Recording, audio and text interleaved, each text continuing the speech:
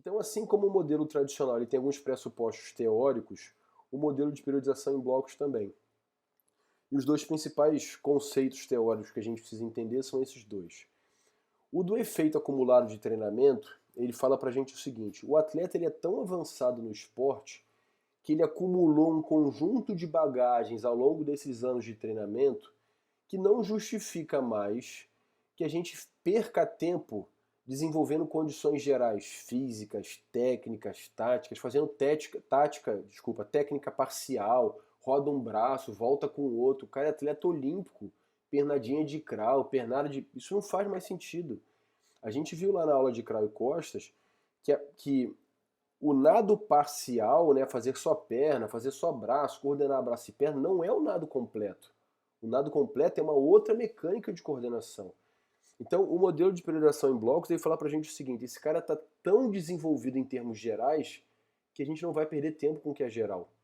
Vamos dedicar os nossos esforços ao que é específico, porque ele tem um efeito acumulado de anos de treinamento que façam com que a condição geral dele já seja muito bem desenvolvida. Por isso que, além do que eu falei anteriormente, não faz sentido usar isso com um atleta de 12 anos. Porque ele não tem 10 anos de treino para poder ter uma bagagem de efeito acumulado de treino. Ele ainda precisa desenvolver o que é geral. Então o modelo de periodização em blocos para ele não é o mais adequado. Se a gente vai ter aquele atleta de 11, 12 anos só nada 50 livre, o cara vai nadar 50 livre dos 12 até a hora que ele abandona a natação. O cara não sabe nadar mais nada, não sabe nadar peito. Isso já aconteceu também em trabalhos que eu fiz com atletas de 10, 11, 12 anos. E tinha uma atividade que era fazer do nado de peito, a gente estava fazendo umas filmagens. Eu falei, vamos fazer essa atividade de peito. Aí o moleque falou assim, professor, não sei nadar peito não. O cara é recordista no petismo, no 50 livre, não sabe nadar peito, olha que incoerência. Eu não falei nada, porque não era minha função de falar nada, mas está errado. Processo de formação, esse nadador deveria saber nadar tudo. Não significa que ele tem que bater recorde em tudo, mas significa que ele tem que saber nadar bem todos os nados para depois se especializar num deles. Beleza. Tem essa ideia do efeito acumulado. O efeito residual ele fala pra gente o seguinte: quando você treina, quando você sofre o estímulo de determinado tipo de estímulo, você mantém esse estímulo no seu organismo mesmo depois que você deixe de treiná-lo. E os estímulos gerais são os estímulos que têm um efeito residual maior. O que isso significa? Significa que essas atividades gerais, as atividades aeróbicas de baixa intensidade, os estímulos gerais, mesmo depois que você deixe de treiná-los, você ainda consegue manifestá-los em termos de desempenho durante um determinado tempo. Os estímulos específicos também, mas os estímulos específicos, como eles são muito específicos, eles não são usuais para a gente, você consegue mantê-los por um tempo, mas você logo perde. Essa parte aqui, vou colocar só o laser point, essa parte aqui que é a fase A, que a gente vai falar qual é o nome disso aqui, isso aqui a gente vai oferecer mais os estímulos que são gerais. Olha o efeito residual dela, é bem grande, ó. Tô passando a setinha, o cursor vermelho por cima. Tem um efeito residual grande. A fase T tem um efeito residual bem pequenininho e a fase R menor ainda. Como isso acontece, eles falam pra gente o seguinte: quando você estiver na fase T, você não precisa treinar o que é da fase A, porque por causa do efeito residual, mesmo que você não treine, isso ainda está dentro do seu organismo. Quando você chegar na fase R, vamos dizer assim, você não precisa mais treinar o que é da fase T, porque você tem o efeito residual desse tipo de estímulo. O que isso significa na prática para a gente então? Que enquanto no modelo tradicional, que é o anterior, você treina várias coisas ao mesmo tempo, no modelo em bloco você só vai treinar pontos específicos. Legal, vai ficar mais claro mais pra frente aí. Vamos em frente então. Então a gente tem uma concentração de exercícios e de atividades físicas, técnicas, táticas, motoras, de habilidades, etc., que são muito específicas. Você não vai ficar perdendo tempo com o que é geral, porque o que é geral já foi desenvolvido. Então, diferente do modelo anterior, que você tem que desenvolver diversas habilidades e competências, aqui você é muito mais restrito. O que o seu atleta precisa, Andréia? O que o seu atleta precisa para poder realmente melhorar. Não é o que todos os atletas precisam, é o que ele precisa, que às vezes é diferente do outro atleta. E ao invés de você ter o desenvolvimento simultâneo de diversas capacidades, você passa a ter um desenvolvimento consecutivo. Então, ao invés de você treinar tudo sempre com diferença de ênfase, o que você treina no início, você não treina depois, o que não treina depois. Você tem um desenvolvimento consecutivo. O que você treina no início, você para de treinar para dar importância ao que vai acontecer depois. Então as transições talvez sejam mais bruscas, que foi até uma crítica, acho que da Manuela lá no início. Mas agora, como os atletas são mais avançados, isso não tem tanto problema. Então, nessa imagem que eu já mostrei para vocês, percebam que tem 3 blocos, ou mesociclos, que são os nomes que eles dão, no modelo de periodização em blocos. O A, o T e o R. O que significam essas iniciais? O A significa acumulação, o T transformação e o R realização. Então, se você vir na literatura ou estiver conversando com alguém e falar o seguinte, usa o modelo ATR, é o modelo em blocos. Então, o modelo de periodização em blocos ou ATR é a mesma coisa. Mas é interessante que às vezes os próprios treinadores não sabem disso. Aí ele fala assim, não, eu uso o ATR. Você usa em blocos? Não, não gosto do bloco, não, eu gosto do ATR. É a mesma coisa. Só que você está usando uma nomenclatura diferente para poder falar da mesma coisa. É como se você estivesse chamando alguém pelo nome próprio ou estivesse chamando alguém pelo apelido. Está falando da mesma pessoa, só que está usando referências diferentes. Então ele está falando para a gente o que deveria acontecer em cada um desses mesociclos. Então na parte de acumulação, eu vou treinar a resistência aeróbica, o condicionamento cardiorrespiratório e a força. A base é essa. Tem técnica, mas isso aqui, técnica básica, a gente vai ver que isso não faz tanto sentido, porque são atletas avançados. Então o que tiver de técnica básica aqui, ou de coordenação básica, na verdade é uma correção de erros pontuais. Quando eu chego na fase da transformação, eu esqueço o que está na fase de acumulação. Eu não vou treinar mais a parte aeróbica, nada.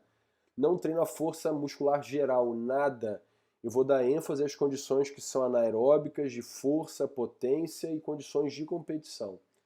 E na fase da realização, quando realmente a competição vai acontecer. Guilherme, mas que garantia a gente tem que se eu não fizer nada de aeróbico na fase de transformação, o atleta não vai perder essa condição?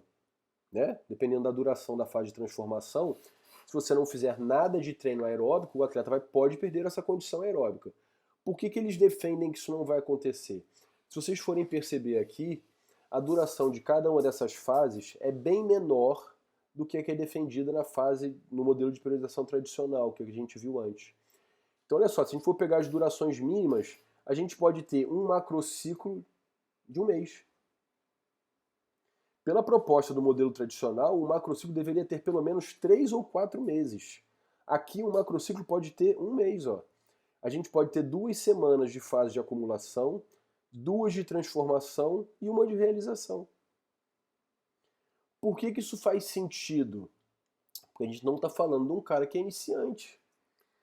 E por que não se vê tanto problema, por exemplo, na fase de transformação, que é de 2 semanas, da gente ficar treinando estímulos aeróbicos, porque são só 2 semanas.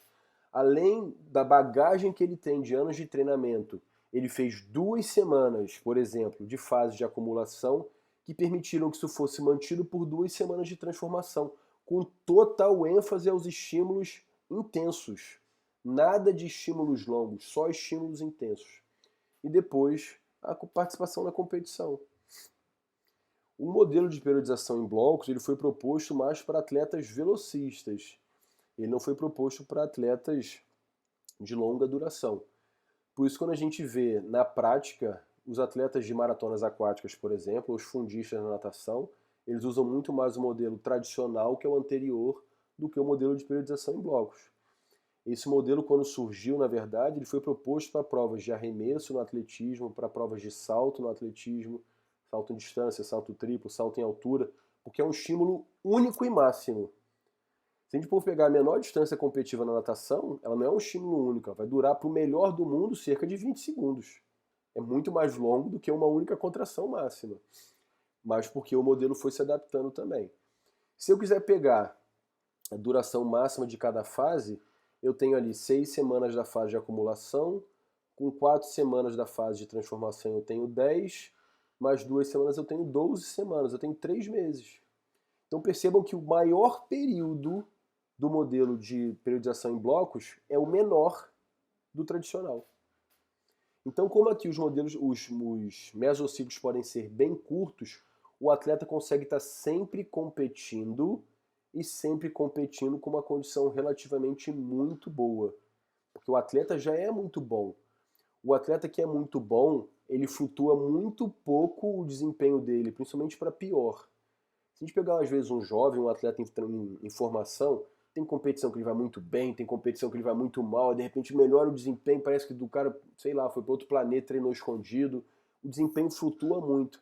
Um atleta muito bom, a tendência é que ele flutue menos, tanto para baixo, quanto para melhor, quanto para pior. Então a tendência é que o desempenho dele seja mais homogêneo. Quais são as críticas que existem ao modelo de periodização em blocos? A crítica vem do pessoal que gosta do modelo tradicional, né? Ele vai falar o seguinte: tudo bem, o modelo em blocos vai permitir que esse atleta participe de competições com muito mais frequência, mas eles não acreditam que o atleta vá melhorar o desempenho, ele vai acabar mantendo uma condição estável do que melhorar o desempenho. Existe uma competição na natação, que é a Copa do Mundo, que o atleta compete, eu não sei se é a cada semana, a cada 2 semanas, não sei, mas cada semana ou a cada 2 semanas ele está num país diferente. É uma competição para grana. Então, se você fica no pódio, você ganha dinheiro. Se você não fica, você não vai ganhar nada. Então, percebo que para um tipo de competição como essa, não faz sentido você usar o modelo de periodização tradicional. Você precisa de uma coisa parecida com o modelo de periodização em blocos. Treina, compete, treina, compete, treina, compete e ganha, treina, compete e ganha. É mais se o seu nível for lá em cima.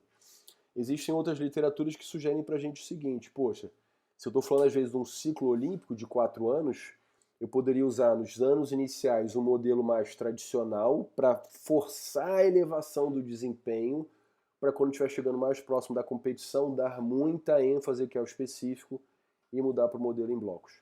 Então são sugestões que a gente vê na literatura, são discussões, caberia a cada um de nós conhecer e ver o que é mais adequado. Aqui uma representação desse ATR, né, desses ciclos. Percebam o seguinte, que a ideia do autor é que esse aqui é o primeiro, isso tudo aqui é um ano, tá bom? Então vamos supor que sejam 12 meses.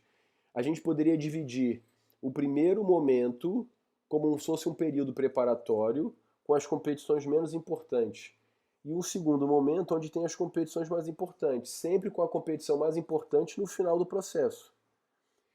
Então percebam que os períodos de acumulação, que é o A, eles são maiores no início e depois eles vão reduzindo. Ó.